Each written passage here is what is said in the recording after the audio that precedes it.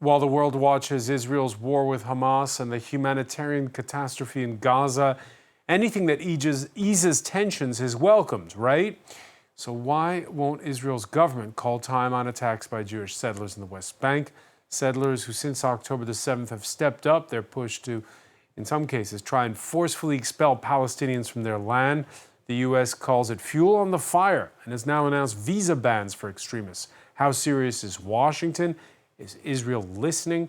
Not if you read the latest and the government's reported approval of 1,700 new housing units in East Jerusalem. Add to that plans for a Thursday march that's been authorized to pass through Jerusalem's Al-Aqsa compound, one of the holiest sites in Islam, which is also holy to Jews as Temple Mount. Why and why now? Today in the France 24 debate, we're throwing the spotlight on the West Bank. In a moment, we'll show you our exclusive report from the West Bank city of Hebron, a report filmed by France 24 senior correspondent James Andre. Thanks for joining us. Good evening. From Hebron, Huda Abu-Arkwab, regional director of the Alliance for Middle East Peace. Welcome to the show. Thank you. And from Tel Aviv, Harold Shorev, director of the Middle Eastern Network Analysis Desk at Tel Aviv University's Dayan Center. Thanks for joining us. Thank you. Good evening. The France 24 debate, where you can join the conversation on Facebook and Twitter. The hashtag is F24debate. Before we go to our panel, let's go to that report from Hebron, filmed by France 24's Julie Dungeloff and James Andre here present. These two young Palestinians have just been arrested by the Israeli army in Hebron's historic center. We film as the soldiers cuff the young men to a pole in front of their base, but they then force us to delete the footage. This shopkeeper witnesses this scene repeating more and more often since the beginning of the war. They're kids. One is 16, the other 18. They work with the Hebron Reconstruction Committee to restore and repair the old buildings. They're not working today. They took a day off for their sister's wedding. They went to the barber to get prepared. Israeli soldiers and settlers have tightened surveillance inside the market, putting Palestinian residents under pressure. Since October the 7th, there's no law. Before, they used to force us to close the shops, insult us, humiliate us, arrest us, but we could at least talk to them. Now they treat us aggressively, they're violent, they terrorize us. The old city of Hebron is cut in two, vertically. 800 Jewish settlers occupy the top of the ancient Arab market, protected by barbed wire, watchtowers, and the Israeli army. Underneath, the Palestinian shopkeepers have hanged wire mesh to protect themselves from the garbage the settlers hurl at them from their windows above. Ahmad is 20. He lives here. As a young Palestinian man, he is a prime target for Israeli patrols. They arrest us every day. They attack us, sometimes 3 times a day. Yesterday, they searched me and my friend in the night, and they left us for at least an hour in the rain. It's our home here. They attack us and beat us up. We try to avoid them. We hide when we see them so that we don't get hit. Customers are afraid and avoid the area. Most shops are closed. The root of years of violence lies at the far side of the market, heavily guarded by Israeli forces. It's the Patriarch's Cave, the tomb of Abraham, a holy site for Muslims, Jews, and Christians that has been a battleground for centuries. Today the shrine has been divided. This side is a mosque, the other a synagogue. Noam Arnon is the spokesperson for the Jewish settlers in Hebron. They can't complain for anything. The apartheid is here against the Jews. The Jewish presence of Hebron is here in 3% of the town. Noam has fought all his life to encourage and promote Israeli occupation in the city. Settlements that are illegal under international law. He sees the 7th of October attacks as a wake-up call for the entire Israeli society. They thought that by developing sort of a friendly life with their neighbors, things will come down. They didn't understand what the jihadistic culture is. Now people don't live in any illusion. The military and the police take measures, stronger measures for security.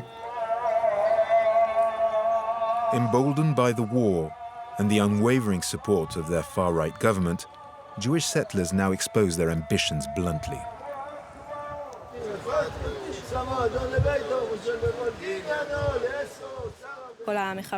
They're all terrorists. Even the Arabs that appear the most harmless are terrorists. So if we don't stop them, what happened in the south can also happen here, or anywhere else in the country. We must get rid of them all. It's impossible to get on with them. We've tried, but they demonstrate each time that it's impossible. We must separate from them, find solutions for them, maybe find countries that could take them in. Mid-October, Israel's far-right national security minister, Itamar Ben-Gvir, himself a settler in Hebron, ordered the distribution of thousands of assault rifles to Jewish volunteers. Issa has witnessed the rise of settler violence firsthand. He is an activist with Friends of Hebron, a local Palestinian rights group. He gave us this video filmed a week after the beginning of the war. A group of settlers dressed up as soldiers are patrolling the street to force people into their homes.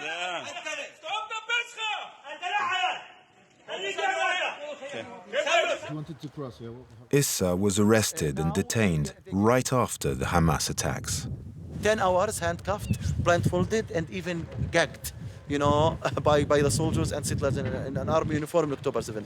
They kept beating me, torturing me, sexually assaulting me for 10 hours continuously. I'm a human rights defender. I'm well known to them. He considers Israeli soldiers and settlers are using the war to push their agenda. It's not to maintain any kind of security. It's about political behavior to make it easier to annex West Bank to Israel in the future. This is what they're creating facts during the war. They are using the opportunity of war to really misbehave with the Palestinians, to scare them. After our interview, Issa rushes off to this checkpoint. To reach his home, he needs to cross it before the Israeli soldiers lock his neighborhood down for the night.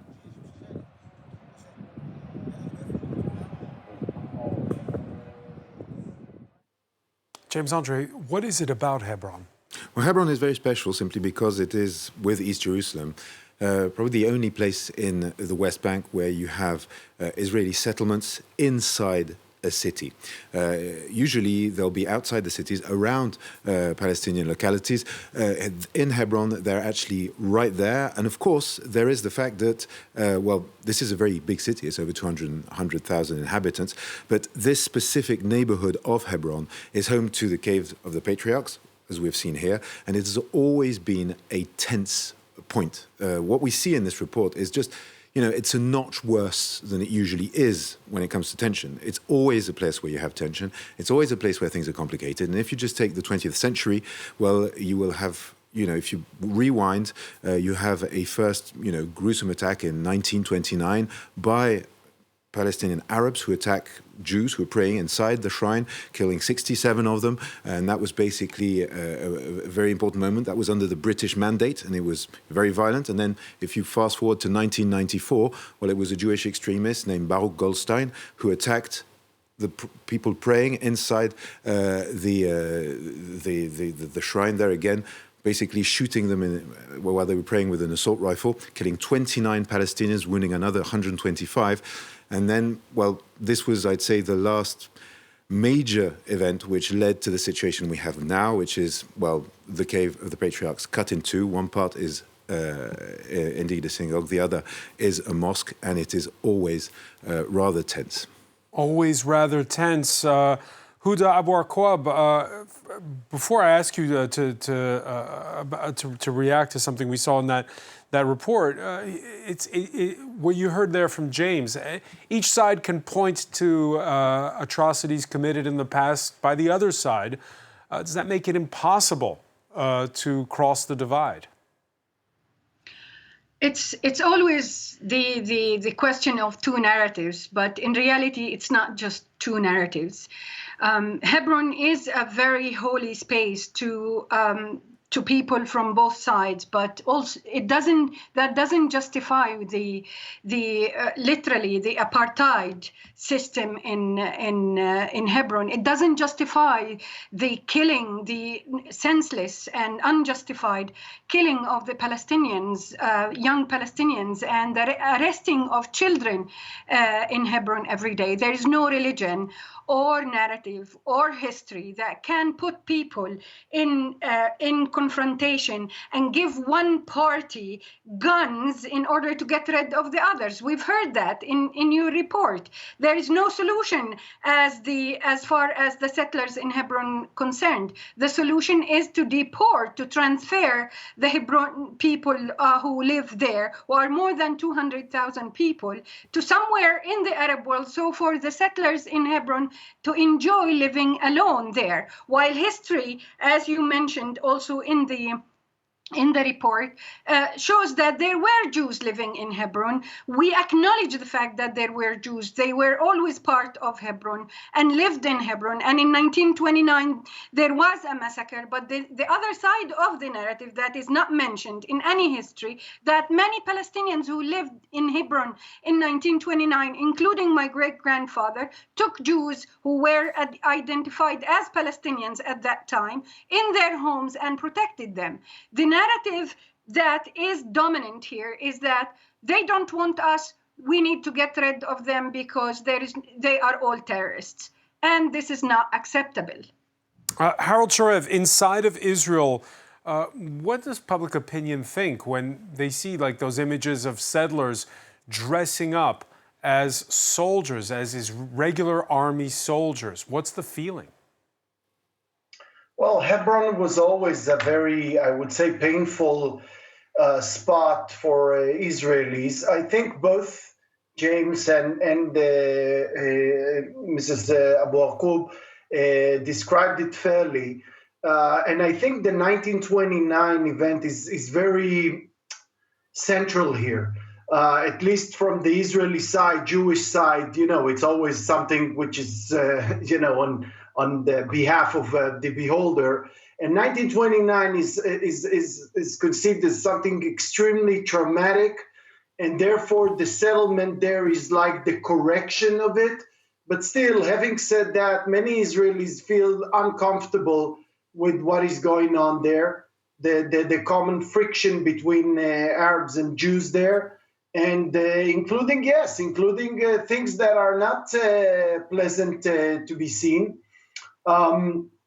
I think there is another thing that we should take into account during these days, particularly, which is, needless to say, what happened in October 7th affects all of us. It's a very personal thing, and if you want, I can address why it's so personal. But I think in the case of Hebron and Mount Hebron in general, and I study Hebron for a very long time. I love the city. I love its family. I consider some of them as my own family, the Jabaris, for example. So I know them very closely. I think these days for Israelis to think about Mount Hebron is to think about a stronghold of Hamas. And if you observe the West Bank in general, indeed, Mount Hebron area or Hebron area is a place where you can find many people who support Hamas or other fundamentalist parties like Hizb ut-Tahrir. And I think it adds on to the already, tense situation there. How tense is it? Huda Abu Arqoub, since October the 7th, what's been the most noticeable change?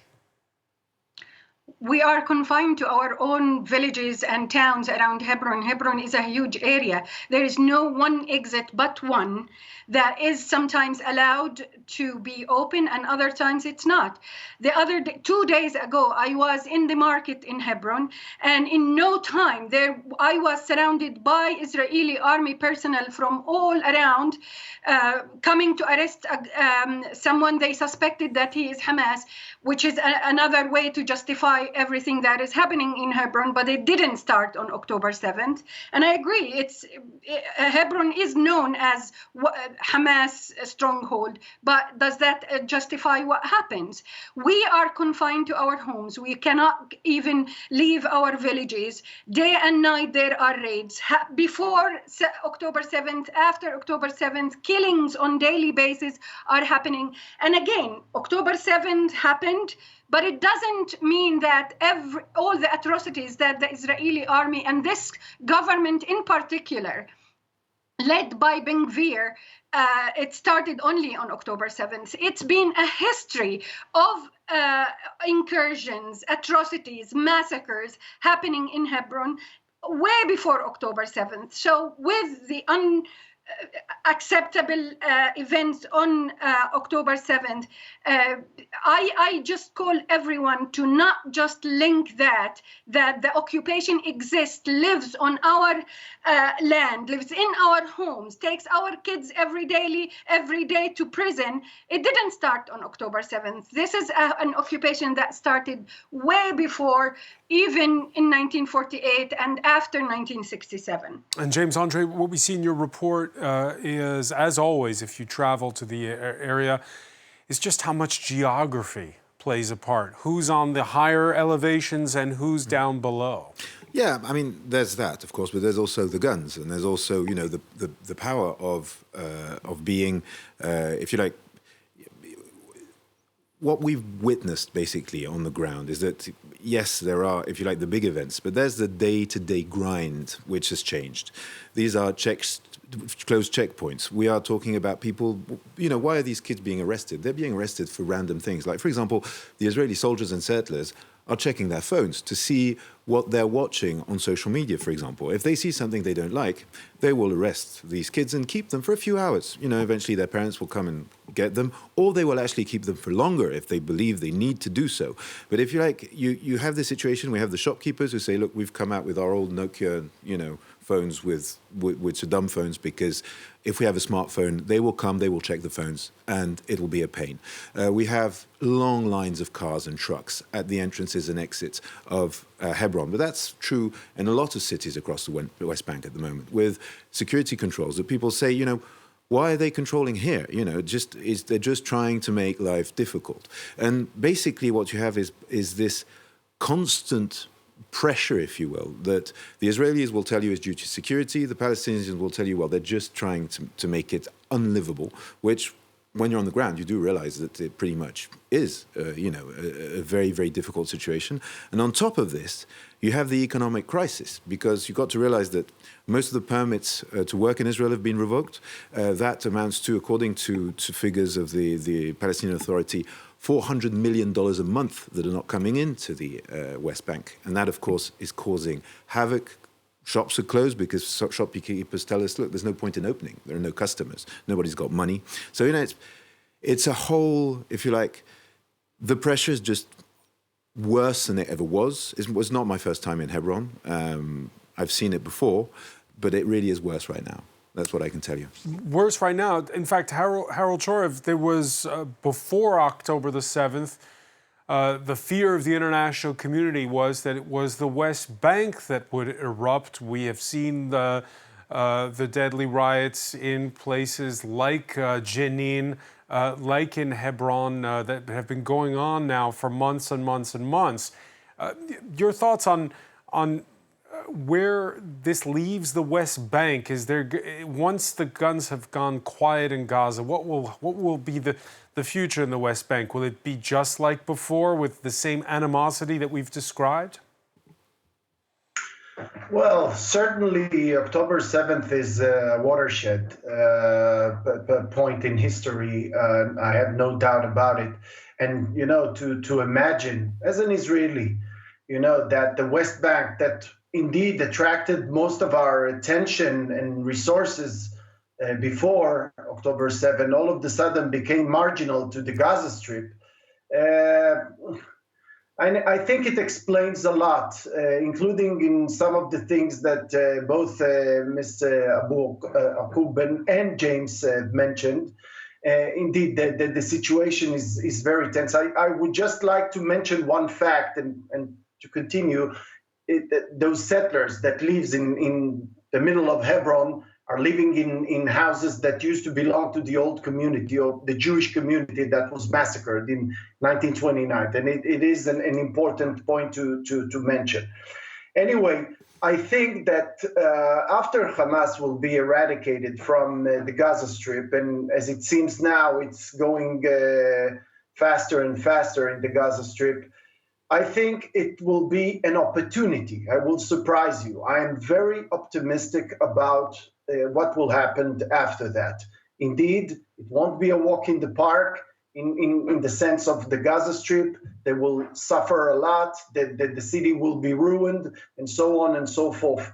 However, with the destruction of the most negative player in the Israeli-Palestinian conflict during the last 30 years, okay? The one who blew up literally any process between Israelis and Palestinians, I think that everyone will expect a new reality, including Israelis,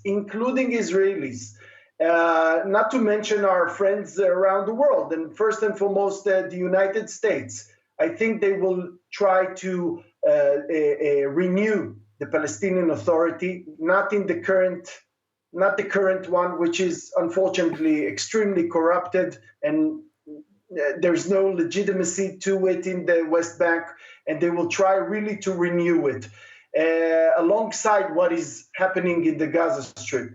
So with the removal of Hamas and the renewal of a Palestinian Authority, ones that will enjoy Sharia, as we say in Arabic, or legitimacy, I think we will have an opportunity, because really this is a heartbreaking situation. Don't think that any one of us is happy about, to see good people like Huda, who is, she's running a peace initiative, complaining about those things. I think it's really needs to be resolved. Right, but there's also radicals on the Israeli side, and we have seen the number of incidents, again, since October the 7th, which have soared. Just this Wednesday, the European Commissioner for Crisis Management tweeting that Israeli settlers have destroyed an EU-funded school in Zanuta. That's a Palestinian village that's atop a ridge in the South Hebron Hills. The Bloomberg news agency compiled a map of attacks attributed to settlers between October the 7th and November the 20th. Israeli daily newspaper Haaretz reporting this week on a left-wing Israeli activist who was attacked near the Jewish settlement of Rotem. That's in the northeast of the West Bank. He and another activist had been sleeping in the homes of Palestinians to bear witness and try to prevent forced removal of Palestinian landowners. On Tuesday, the United States announcing a visa ban for extremist settlers. Vadika Bael has more. It may be Israel's greatest international ally, but the US took rare action against Tel Aviv on Tuesday, saying it would impose travel bans on extreme Israeli settlers after they were linked to a swathe of recent attacks against Palestinian civilians in the occupied West Bank. Under this policy, the United States will pursue visa restrictions against individuals involved in or meaningfully contributing to the undermining of peace, security, or stability in the West Bank. This includes acts of violence against persons or property, as well as undue restrictions on civilians' access to essential services and basic necessities. U.S. Secretary of State Antony Blinken warned Israel that it hadn't addressed the settler attacks, driving many Palestinians off their land. Despite mounting international criticism of Israel, Washington has staunchly supported Tel Aviv since the October 7th Hamas attack, but has repeatedly nudged Israel about the settler violence and how its calls had been ignored. Here in this village in the occupied West Bank, schools and houses have been destroyed and much of the village bulldozed after a raid by extreme Israeli settlers. Someone was shooting at my uncle, so I ran down there and I confronted him. We were pushing each other and screaming, head to head, and I was filming him at the same time. Then around 20 more settlers came. The UN Office for the Coordination of Humanitarian Affairs say that 314 recorded settler attacks have taken place since October 7th, resulting in Palestinian casualties, property damage, or both. And just to add to that, Germany, arguably the staunchest defender of Israel among Western powers since October the 7th, is also calling for EU sanctions on the extremist West Bank settlers. James Andre, are there settlers and settlers? Are they, when it comes to when you go to Hebron, or are they a monolith? Yeah. No, there are settlers and settlers. That's true. I mean, the thing is, you've got to understand that. Well, for starters, we call them settlers because technically, under international law, they're not supposed to be there. That's the base. Now, for example, Hara was saying that indeed these houses that these settlers are occupying at the top of Hebron used to belong to Jewish families. Then you could talk about which houses belong to whose families over the past 50 years, and there'd be a lot to say. The fact of the matter is, they're not allowed to be there technically. These are illegal settlements. But the thing is, there are settlements that basically all of them are illegal under international law, but then you have some which are legal under Israeli law, which are recognized by the state of Israel. So that's another thing. Then you have outposts. So where most of the violence takes place, often, if you take outside of the cities, close to the olive trees, you'll have basically most of this violence will be the result of illegal settlements that are illegal both with international law but also in Israeli law. And these are people who are extremists, who often want to extend the land they have, want to take control of water supplies, who also want to stop the Palestinians from harvesting, for example, the olives. This is always a bone of contention every year, but it's worse this year. And, the situation is that, yes, you have various grades, if you like, when it comes to settlers. But the extremist ones, which are the ones that pose the main the problem right now, these are the ones that the United States, probably Germany, are going to want to potentially sanction. Those are the ones that are indeed sporting guns and who are, at the tip of the spear, if you will, when it comes to settlements in the West Bank. Harold Shorev, is it impossible for this Israeli government to do anything about it because Benjamin Netanyahu's in coalition with far-right parties who are headed by themselves settlers? First of all, I agree with James' analysis regarding settlers and settlers. Indeed, it's not the case. We're talking about, several hundreds, maybe several hundreds probably of such extremists, which, by the way, some of them are not even from the West Bank. Some of them are coming from other places, but that's another issue. And most of the Israelis condemned this kind of a phenomenon. Most of the Israelis. However, as you've mentioned, with this government, it's politically wise. It's far harder for the government to control this kind of violence and to restrain them. Does the U.S. visa ban change anything? I'm not sure. These are anarchists. Essentially, we're talking about anarchists. Some of them will even define themselves as non-Zionist, but rather some sort of a religious sort of identity. It's really a sort of anarchy. Some of them, yes, they will define themselves as Zionists. Some will not.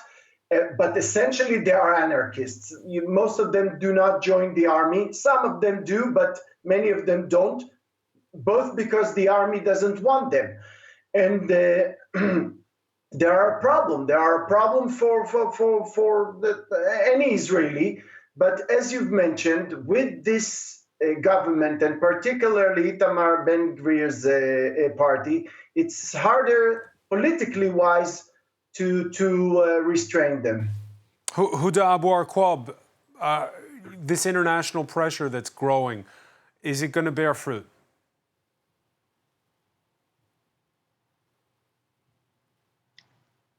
I welcome any international pressure when it comes to this case.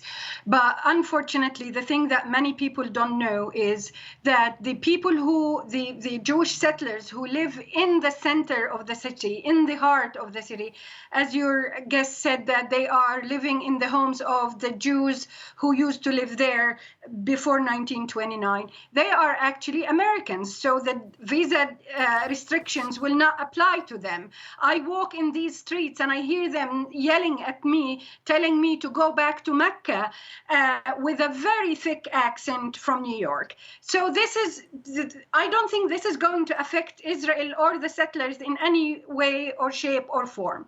But I also argue that even if we take Hamas out of the picture, does that mean that the settler violence is going to end? I don't think so. I'm sorry. I am very pessimistic. These are the people who killed Rabin in the middle of Tel Aviv in 1995, and now they are the government. Not today. 20 years ago, 30 years ago, they are the government. When we look at the people who elect governments in Israel, at least 90% of them are these people, the settlers. So I am not optimistic, and I don't think that the only solution that my Israeli friend sees here is by getting rid of Hamas, then we will all be peace-loving people and hug each other. This is a delusion. The problem lies within Israel, and I'm sorry that the left in Israel has already left. And we, the Palestinians, who are the indigenous of this land, are going to have to deal with Ben Gvirs and the New Yorkers who live in the middle of the city. I don't think any international pressure is going to affect Israel or these settlers. Unfortunately, they are very powerful, and I am not optimistic. And I just wanted to make a disclaimer here. I don't work for the Alliance for Middle East Peace anymore because I use some language that they don't agree with it as a language. But as a Palestinian, as someone who was forced out of Jerusalem to live in Bethlehem and then in Hebron, and my grandparents were forced out of Zakaria and near Gaza, and I lost family members in Gaza. I don't see that the problem is only Hamas. This is a very, very, very simple way of looking at the Israeli-Palestinian conflict. It's not only Hamas; it's the Israelis who killed Rabin. It's a difficult conversation to have while the fighting that's so brutal is going on right now, and while there is so much trauma. But do you feel as though this is going to concentrate the minds, and that you said the left has left, but that those who are pragmatic will see that it's in the interest, perhaps, to afterwards think about what we've been describing, for a better expression, the day after? I'm with them. I hope that the international pressure is going to lead to that. I hope the so-called eradication of Hamas is going to help. I have to believe in some sort of hope, but I'm sorry. At this point, I don't see hope. I think it's a very naive analysis. If we think is Hamas out of the picture, Hamas was created way back in 1987 in the first Intifada. Before Hamas was in the picture, this was a current incident, and we've seen in front of our eyes. I was born in 1970 in Jerusalem. I have no access to Jerusalem. This is all because of the discriminatory laws that stand behind them, these people who are ruling Israel now. Israel is not the same Israel that started in 1948. I'm sorry, we have to wake up. James Andre, right now, are there people thinking about the day after when you were on this latest stint of reporting? Well, if you like, the thing is, I think yes, there has been, in a sense, political radicalization. Because we heard the French president, for instance, Emmanuel Macron, describing how we, the whole world, just thought we could ignore what was going on, and we were wrong. No, it's true that, if you like, that it's been it's been talked less about. As a reporter, I've covered, two previous Israeli operations in Gaza, Pillar of Defense and Protective Edge. So I've seen 3 of them develop. This is by far and away, obviously, the most violent one. I mean, the death toll is massive, huge, much larger than it ever was before. But what we're seeing is basically the whole situation that you could witness back in those 2 previous operations on steroids. So you have, the West Bank is in a situation where it's desperate. People feel that they've been abandoned. A lot of people we've spoken to, they say that we've been abandoned by the international community. We've been abandoned by other Arab countries. We are basically left to our own devices. They feel that it's a feel of desperation above all else. There are protests regularly in Hebron and other big cities. You have, some of these protests obviously sometimes degenerate, but the fact of the matter is they still, for now, are small. We haven't seen any, I'd say, major global movement in the West Bank. But the fact of the matter is, people are growing more and more desperate. And they see what's going on in Gaza. And they say that, of course, it's just heartbreaking to see, the bombing and the damage and the situation in Gaza. And everybody also in the West Bank is wondering what the end game is. What is Israel going to do? They've pushed people from the north to the south. Now, they're on the ground in Khan Yunis, which is the south. And people are worried that, maybe they're trying to cut the land of Gaza in 2 and never let people back into the north, etc., etc. So all this is creating a climate of desperation, and people are very, very anxious. I mean, worse than I've ever seen till now.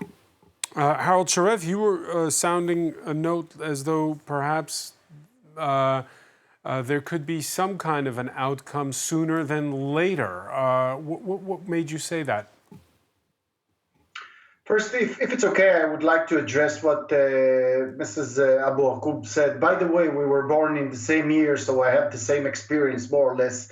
And I still remember the 90s of the Oslo Accord, when 63 to 67% of the Israelis supported the 2-state solution and the Oslo Accord. And who blew that up literally? Hamas. So yes, Hamas is the most negative player here. I don't buy any other narrative in that sense. I agree the situation is complicated. I fully understand the misery that she's expressing here, really.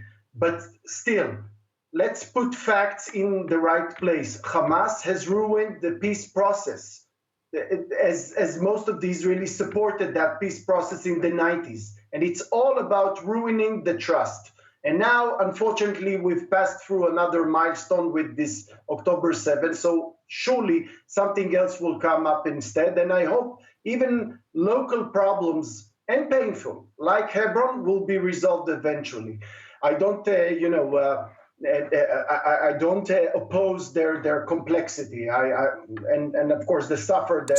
So on Hebron, how do you getting back to Hebron? We saw at the outset James filming there at the Tomb of the Patriarchs. What's the answer if it's considered this holy place? Can it be shared civilly? I think it's all about trust, really. It's all about trust. Once things will calm down, if there will ever calm down, but calm down, and people will be able really to share the holy site of the Machpelah cave, or the cave of the Patriarch. Hopefully, it will be settled and some sort of arrangements without all this tension. And of course, this tension is also affected by what is going on all over the country. But this is the best we can hope for. And so I would start first with the rest of the country and then get to Hebron, which, as James mentioned, is the most complex city in the territories because of this, the fact that the Israelis are living right in the middle of it. Now, as for the Gaza Strip, I'll tell you something, and I will be critical towards the Israeli government and the way it handles it at the moment. I think the Israeli government doesn't provide answers first and foremost to our friends, Germany, France, the United States, regarding what will be in the day after. However, I can tell you from a fact, as being an expert who is being constantly asked by all sorts of authorities, that it is being dealt with, okay, the day after. So I think it's a mistake not to bring it's it. being dealt with by whom? I asked the question because by the government and government agencies. By the government and government agency. Because the Prime Minister of Israel, he's been around a long time. He hasn't shown much interest the last 2 decades in negotiating peace with the Palestinians. I can say the same thing about Mahmoud Abbas. Exactly the same thing. I was asked here in France 24 last time, and I must say it bothered me. This is not true to see it unilaterally as if it's just Benjamin Netanyahu. And I can give you so many other examples, including the last one during the Trump administration, when Palestinians who were involved in it, and I won't mention names, of course, but if you want privately, I would be very happy to share it with you, who told me Abu Mazen missed a historical opportunity. Okay, but that's just an example. Anyway, going back to the day after would consist, of course, Israeli military ability, I would say, to go in and out to the Gaza Strip whenever it's necessary to prevent another terror state like Hamastan. And at so the reoccupation. Same time, I don't see, sorry? So in other words, something akin to a reoccupation. It's not occupation in the sense of controlling the lives of the Palestinians there. It's in the sense of, look, we understand that you, the Palestinians, the Palestinian Authority, look what is going on in Jenin at the moment. They cannot really take care of it by themselves, okay? So if we want to avoid another October 7th, we have to make sure that it won't happen again. Having said that, I think a civil administration, an independent one, not an Israeli, some sort of a puppet, okay? Really a genuine one that will take care of the Palestinian lives is essential, okay? With the support of Arab countries and investments. And I can tell you, for example, just to leave it optimistic, and I am optimistic, as you saw, not naive, optimistic. Since 2014, so many donor countries avoided from donating money to the Gaza Strip, and they had good reasons for it, because everything just turned into dust because of another irresponsibility jihadist policy of Hamas. And now, after Hamas will be eradicated, they will have a good opportunity to reinvest. We're almost out of time. Huda Abu Arqab, let me just ask you, is there a new generation of leaders coming in? Yes, of course, because we gave up on the world and we have no trust in the world. And this is the new generation that is coming to this world. They don't believe that peace is going to work. I'm sorry, I have to say that. 30 years of peace. And by the way, it collapsed. Oslo collapsed on the Hebron Agreement. And Netanyahu was the one who did not comply with Hebron Agreement. And the new generation is growing up in an environment where we see Gaza being destructed, not because the way the war is happening in Gaza is against civilians. This is my fact. You can argue with me, but as a woman who have 33 nieces and nephews, I look at the kids in Gaza and I know there is no future. And I see in the eyes of the Gazan children and the West Bank children that there is no way that we will trust this enemy. It's called now enemy. There is no way we will go back to before 1993. And the new generation is determined to take the matters in their hands because we have no protection. And we've seen how the world treated us. And we see how the Israelis are also looking at us. We are animals. And how animals would act when they are under a lot of pressure. You have to expect that. I'm sorry. We are not teaching hate. Hate is being is distracting us, is distracting the new generation. And I'm sorry to say that the new generation of Palestinians who are very young, 16 the median age in Gaza and 20 in the West Bank, have seen nothing from the other than the destruction and the killing and the injustice. So right, 30 years of peace did not manage to release one prisoner, and the October 7 managed to release many prisoners. We're not naive. We know these prisoners are going to be taken away back to prison. But how could you convince me that we have a partner? We cannot. I'm sorry. Unfortunately, we're out of time. But there definitely is the need, as James Andre was pointing out earlier, for an alternative to desperation. I want to thank you, Huda Abu Arqab, for being with us from Hebron. Harold Charev in Tel Aviv. James Andre, your report, which you can see on our website, France24.com.